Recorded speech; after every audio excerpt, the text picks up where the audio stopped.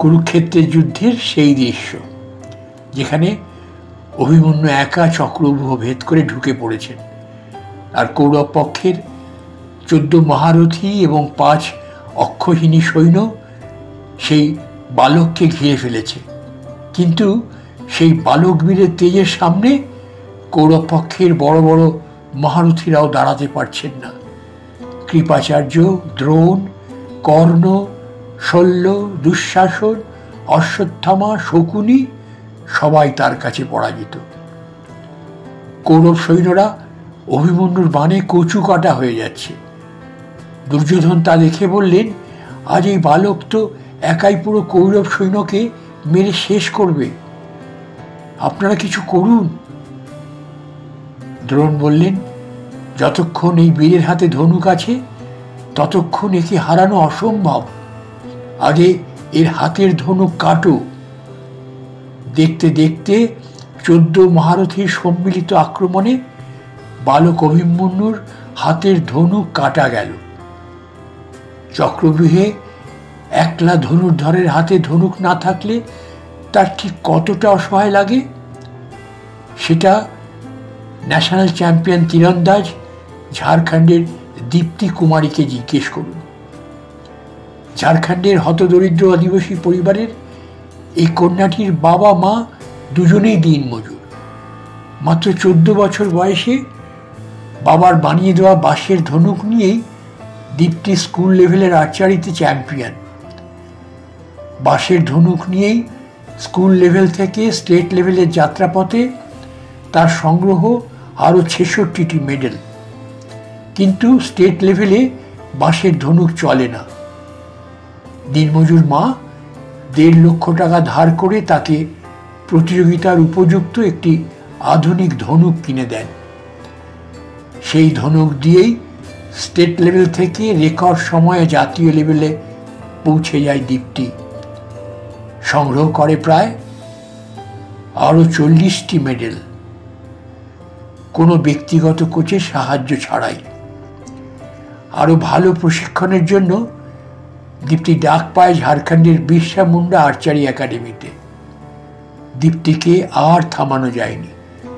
বাঁশের ধনুক ছেড়ে আধুনিক ধনুক ধরার মাত্র 2 বছরের মধ্যে জাতীয় চ্যাম্পিয়নশিপের প্রতিযোগিতায় দীপ্তি হারিয়ে দেয় জুনিয়র ওয়ার্ল্ড চ্যাম্পিয়ন কামালিকা বাড়িকে, জিতে নেয় ন্যাশনাল চ্যাম্পিয়নের সোনার মেডেল।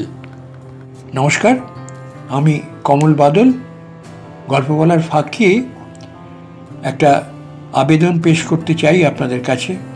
তা হলো এই যে, আপনারা আমাদের চ্যানেল 90কে বেল আইকনটি টিপে সাবস্ক্রাইব করুন, আমাদের ভিডিওগুলো দেখুন। ভিডিওগুলো দেখে আপনারা আপনাদের মূল্যবান লাইক আমাদের ভিডিওগুলোতে দিন, আর আমাদের ভিডিওগুলোকে আপনারা আপনাদের বন্ধু বান্ধব আত্মীয় স্বজনের সাথে শেয়ার করুন, এবং কমেন্ট বক্সে এসে আপনারা আপনাদের মূল্যবান সুচিন্তিত মতামত জানাতে পারেন। এই ছোট্ট অনুরোধটুকু শুধু রাখছি। এখন আমরা আবার গল্পে ফিরি। আরও ভালো প্রশিক্ষণের জন্য দীপ্তি ডাক পায় ঝাড়খণ্ডের বিরসা মুন্ডা আর্চারি একাডেমিতে। দীপ্তিকে আর থামানো যায়নি। বাঁশের ধনুক ছেড়ে আধুনিক ধনুক ধরার মাত্র 2 বছরের মধ্যে জাতীয় চ্যাম্পিয়নশিপের প্রতিযোগিতায় দীপ্তি হারিয়ে দেয় জুনিয়র ওয়ার্ল্ড চ্যাম্পিয়ন কামালিকা বাড়িকে, জিতে নেয় ন্যাশনাল চ্যাম্পিয়নের সোনার মেডেল। এবার লক্ষ্য আন্তর্জাতিক প্রতিযোগিতা, কিন্তু তার জন্য দরকার আন্তর্জাতিক মানের ধনুক। সে ধনুক কেনার ক্ষমতা দীপ্তির নেই। দীপ্তির মা এবার ধার করেন 4.5 লক্ষ টাকা, ঘটি বাটি বন্ধক দিয়ে, এবং ধার করা টাকা দিয়ে দীপ্তি হাতে পায় প্রথম আন্তর্জাতিক মানের ধনুক, এবং জাতীয় চ্যাম্পিয়ন হবার দরুন আমন্ত্রিত হয় আমেরিকার একটি তীরন্দাজি প্রতিযোগিতায়। কিন্তু বিধি বাম। সেই প্রতিযোগিতার মাঝপথে দীপ্তির নতুন ধনুকটি ভেঙে যায়। ধনুকহীন দীপ্তিকে বাকি প্রতিযোগিতাটির সাইড লাইনেই বসে থাকতে হয়। আমেরিকা থেকে দেশে ফিরে এসে দীপ্তি দেখে মা কঠিন অসুখে হাসপাতালে ভর্তি। মাথার উপর আগেই অনেক ধার, তার উপর মায়ের চিকিৎসার জন্য চড়া সুদে আরও টাকা ধার করতে হয়। বাবার সামান্য রোজগার, দাদা রিক্সা চালক। মাত্র 6 মাসে পুরো পরিবারটি ঋণের জালে জড়িয়ে পড়ে। ধনুর্ধরের হাতে ধনুক নেই, সামনে আগ্রাসী ঋণের চক্রব্যূহ। কুরুক্ষেত্রে অভিমন্যু কি করেছিলেন? হাতের ধনুক কাটা যাওয়ার পরেও তিনি যুদ্ধ ছাড়েননি, শুধু তলোয়ার নিয়ে রথ থেকে মাটিতে নেমে পড়েছিলেন। সারথী সুমিত্র তাকে বাধা দিতে গেলে অভিমন্যু বলেছিলেন, দেবরাজ ইন্দ্র স্বয়ং বজ্র হাতে এলেও আমি শেষ পর্যন্ত যুদ্ধ করব। তীরন্দাজ হিসেবে সেই শেষ যুদ্ধটাই করছেন দীপ্তি। বাঁচার লড়াইয়ে টিকে থাকার জন্য 60,000 টাকা ধার করে একটি চায়ের দোকান খুলেছেন। এক স্থানীয় পত্রিকার জার্নালিস্ট সেই দোকানে চা খেতে এসে জাতীয় চ্যাম্পিয়ন দীপ্তিকে আবিষ্কার করে অবাক হয়ে যান। দীপ্তি তার পা জড়িয়ে ধরে বলেন, স্যার, সহানুভূতি চাই না, শুধু একটা প্রতিযোগিতার উপযুক্ত ধনুক জোগাড় করে দিন।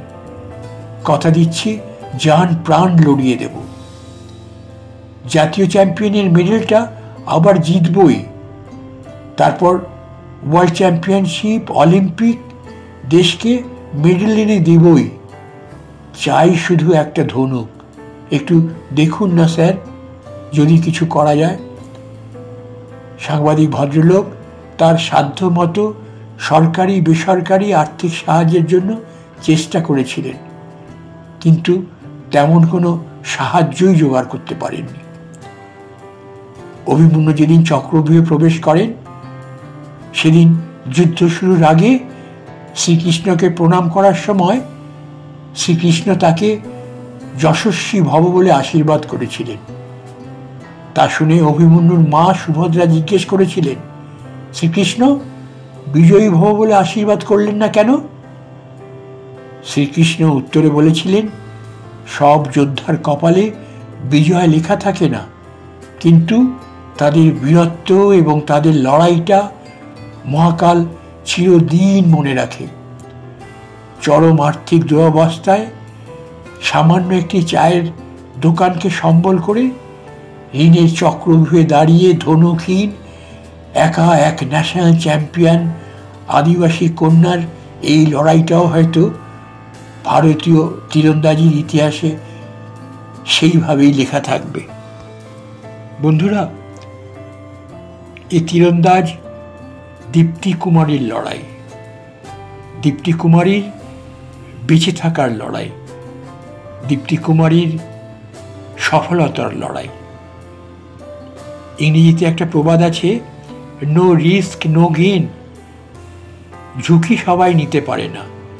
ঝুঁকি নেওয়ার জন্য সাহস ও কাজের প্রতি আন্তরিকতার দরকার হয়। যার সাহস ও কাজের প্রতি আন্তরিকতা থাকে তিনি তো এমনিতেই সফল হন। আপনি ঝুঁকি নিয়েছেন, তার মানে ওই কাজের প্রতি আপনি অনেক আন্তরিক। এক মনীষী এ প্রসঙ্গে একটি চমৎকার কথা বলেছেন, take risks in your life.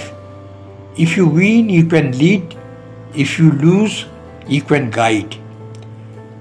জীবনে যারা বড় বড় পর্যায়ে সফলতা এনেছেন তাদের অনেকেই বড় বড় ঝুঁকি নিয়েছেন।